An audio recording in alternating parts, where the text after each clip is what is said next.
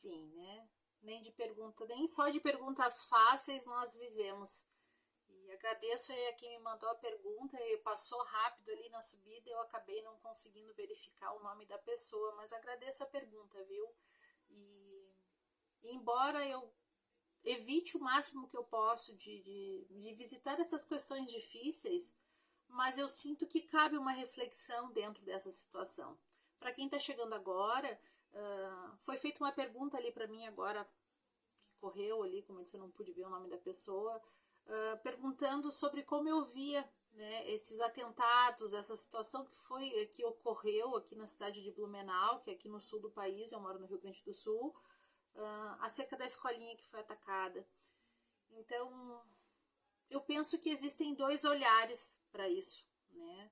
Um é pelo ato em si, e o outro que também me preocupa é esta vinculação que as pessoas estão tendo com o fato, né? Esse excesso de divulgação, esse delírio em que as pessoas ficam trazendo a situação para a sua vida. Eles se vinculam àquilo, né? Isso a gente trabalha com vinculação. Quando nós temos pessoas que têm o hábito de ver notícias difíceis, jornais com coisas difíceis e ficam ali sofrendo, né? Ficam se vinculando e ficam criando uma certa paranoia, né? Que aquilo que eles viram lá na tela vai acontecer com eles aqui, né? É como se não existisse uma distância, né? E nós devemos sempre lembrar que nós somos, né? Nós atraímos e nós nos vinculamos àquilo que nós somos no nosso lado interno. Quando eu procuro, né, cabe a reflexão, quando eu procuro notícias tristes, né, notícias que me tragam dor, que me tragam sofrimento, né, o que isso está demonstrando? Qual é a necessidade que isso que está vindo? Eu estou nutrindo algo que dentro de mim existe, né?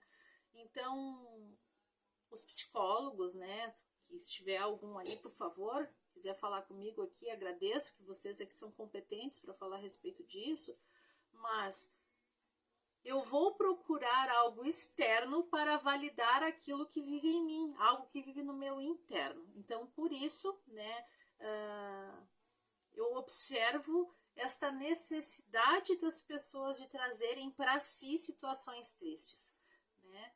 Não vou entrar nesse aspecto, porque isso não é a minha área, mas cabe uma reflexão pessoal para cada um de nós. Mas, sistemicamente falando, o que aqui em mim, dentro da memória do meu sistema, faz com que eu olhe para situações como essas e me vincule? Cria em mim uma dor que muitas vezes eu nem sabia que eu tinha, cria em mim um sofrimento e até mesmo uma paranoia, né? Porque foi o que aconteceu. Muitas pessoas estão trazendo para a realidade e mesmo com consciência de que eram fakes, de que eram notícias falsas, ainda assim se forçam a acreditar nessas notícias. Então, sistemicamente falando, muitas dessas pessoas acessaram essas notícias e ativaram gatilhos da sua história pregressa familiar. Por isso, quando a gente olha esses contextos, aquilo que é exagerado dentro do contexto, nós devemos observar. Devemos observar. Então, assim, eu trago a reflexão para cada um de nós que não apenas se entristeceu, porque sim, eu acho que nós devemos, por empatia, né, a essas famílias, a essas crianças, né, tanto as que foram quanto os que ficaram. É muito triste, mas uma coisa é eu ser empata, outra coisa é eu me vincular a esta situação e ficar aqui em mim remoendo, sofrendo e me preocupando e exagerando nas informações e aceitando toda e qualquer informação sem nenhum senso crítico. Então, o que aqui em mim precisa ser validado, precisa ser olhado, né? Diante dessas memórias que eu estou carregando. O que aconteceu dentro do meu sistema? Né? O que aconteceu na história pregressa do meu sistema que aqui em mim ainda está doendo? Então, cabe essa avaliação.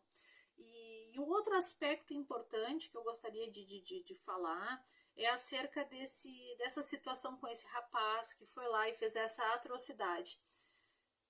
Eu não quero entrar nesse mérito, né, de julgar, porque quando nós avaliamos algo desse tipo, nós devemos avaliar pelo todo, sair do eu e entrar na zona do nós.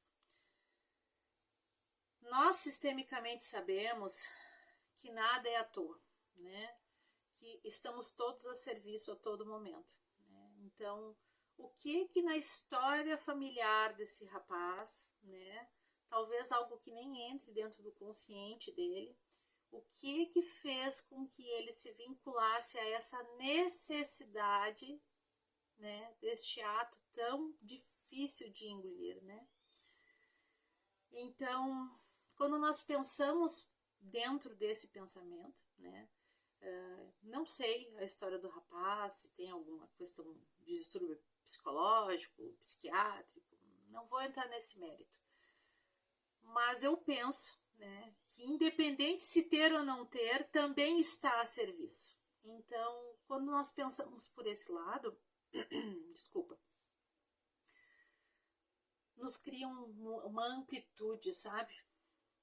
Para ter, pelo menos trazer um entendimento. Nem todos vão conseguir atingir uma compreensão, mas que nos propicie um entendimento de que, assim como nós estamos a serviço do nosso sistema e criamos bloqueios simples da nossa vida, como por exemplo fazer um vídeo, existem pessoas que estão a serviço com coisas muito mais pesadas de nós engolirmos aqui no nosso racional.